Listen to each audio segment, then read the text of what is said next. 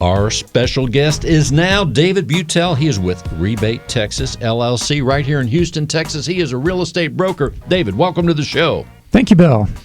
Well, right off the bat, the name of your company sounds like I might save some money or have the opportunity to save if I'm buying or selling. So let's tell people, David, about your company, Rebate Texas LLC. Rebate Texas LLC is a buyer's broker. When we represent the buyer, we take 2/3 of the commission and rebate it back to the buyer at closing. It can cover all kinds of expenses that we have at closing, including very high property taxes, which are escrowed with insurance on most mortgages. So 2/3 of the commission for resale homes, where we have to do contracts and showings.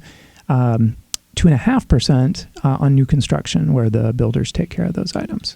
So it seems to me here in Texas, there's a lot of choices we have. First of all, there's so many real estate professionals out there, so many companies, so many brokers. However, one of the things that is nice about this abundance of help for us buying and selling real estate is people have different needs, right?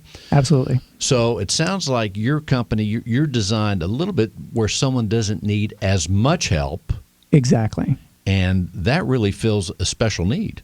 Correct. And those people are often looking for a better deal to recognize the work that they've done using modern technology and internet resources to find the homes themselves. Also, you have this company, Rebate Texas LLC. This was your idea. Let's tell people how you came about the idea and how your implementation of it. So I'm not the only person doing this, and I did see other companies that were offering a similar service. But the idea came to me as I was looking for a home to buy myself in Houston.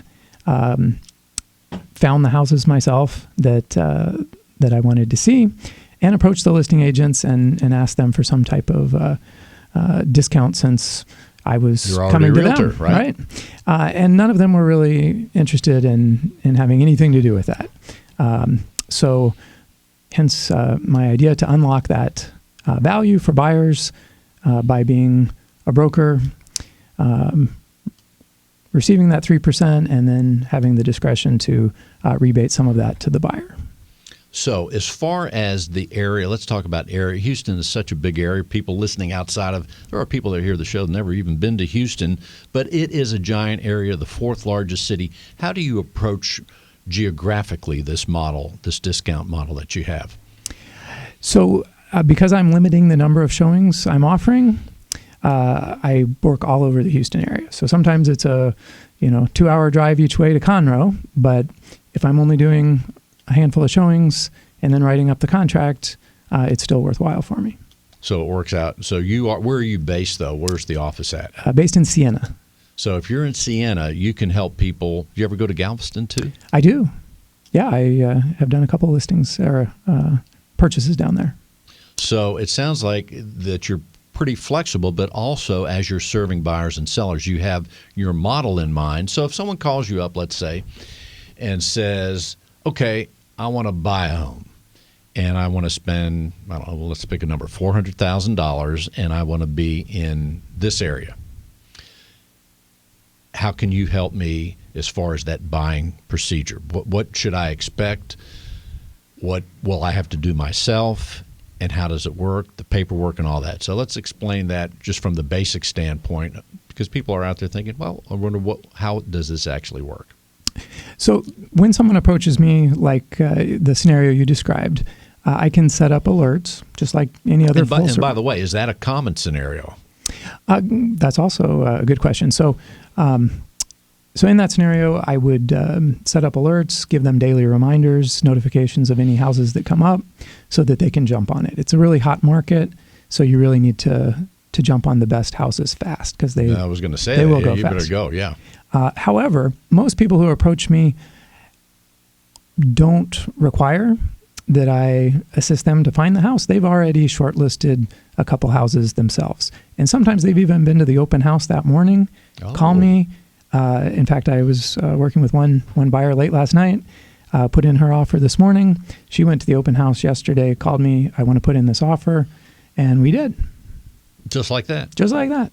So that's a good point. They may have already, the people looking for the home or person may have already been on the internet, and they say, or let's say they didn't see the open house and they need to see it. Let's say they found 4 or 5 properties and they said, okay, David, I like your model. I want to see these 5 properties. Here they are. I saw them on the MLS. And then do you help them from there? I do. I ask that they narrow it down to 3. Okay. Because I find that number really helps buyers to focus. There's so many wonderful houses available out there, and it's easy to get distracted. And just from my experience of, over 400 transactions closed and working with probably more than 500 buyers, buyers who can't narrow it down to 3 aren't really May not be a fit. the best fit for my program. Exactly. So you always have to have the model in mind. And also, as far as the buyer in this case, their expectations have to be set right. Absolutely. So that it all works out. Absolutely. And you advise them of all this as they go forth. Right. How does the briskness of the market this year, especially recently, as we know, you have to act, if I'm looking at take those 3 properties, I mean, there may be multiple offers on them or something, right? Right. So I'll give recommendations based on my experience how to make an offer more competitive. Depending on the price range, we may be up against cash offers. Or you may be a cash offer right there. That's right. Your guy may be the cash offer. Absolutely. So what we're seeing a lot now with multiple offers is buyers that have offers subject to financing will do an appraisal waiver. So let's say the house is listed for $400. They're offering $410 with an appraisal waiver that even if the house appraises for less than $410, the buyer will still pay $410. Interesting. Now let's go to the seller. I have a home. Let's say we'll take a even number, the $400,000 again. If a person has a home that's $400,000, and they say, David, I want to list my property with you. How does the model work there? So on the seller side, I offer a flat fee listing program. The flat fee is $2,000. Part of that is paid up front. Part of it is paid at closing. Plus, the seller will also pay the buyer agent commission, which is typically 3%. So a flat fee. Right. So if you're looking at a standard 3% commission on, you said 400,000? Yeah, that's 400. Okay, so $12,000. You pay me $2,000 instead of $12,000. You've saved $10,000. There's the savings. Now, what don't you do for that price that the person getting the $12,000 would do? So or where do you limit it? Sure. So I don't do pre-listing appointments. I don't try to do a hard sell, giving you an expectation that your house is going to sell for more than the other guy that I'm competing with, which, for better or for worse, I've seen a lot. So the buyer or the seller comes to me. We discuss what I offer. We can tell pretty quickly or not if that's the model for them or if they're looking for something else. So I don't go to closings. I don't do staging. I was just thinking, you must be reading my mind. I was just thinking about, yes, we're not going to get any home staging here, but that usually costs extra. But yeah. But the seller is in control. If they want to do staging, I can give them some leads. They can pay for it. If they want professional photo. Your client in this case could be a home stager. In fact, I've had clients who, well, switching back to the buy side for just a second, who are real estate agents who can get more back from me than they would receive on a purchase net of what they have to pay their broker. And that's why I'm saying this seems like it's nice here in Houston, Texas. I'm sure there's other areas, but it's nice with our abundance of everything that there's something for everybody should they be informed and seek the information. People may not even have known that this kind of service is available. Exactly. And I think if and when the word gets out more, which I'm trying to do, and appreciate the opportunity on the radio. Yes, I think there's a few people listening. Yeah, that there's a growing number of people who can use these services and who appreciate the savings. That sounds awesome. So, what are some of the other things before we close the segment that you want people to know about your model and about your company? So we've been in business about 5 years. I want people to know that we have a lot of experience. We've done over 400 transactions closed, or I have personally.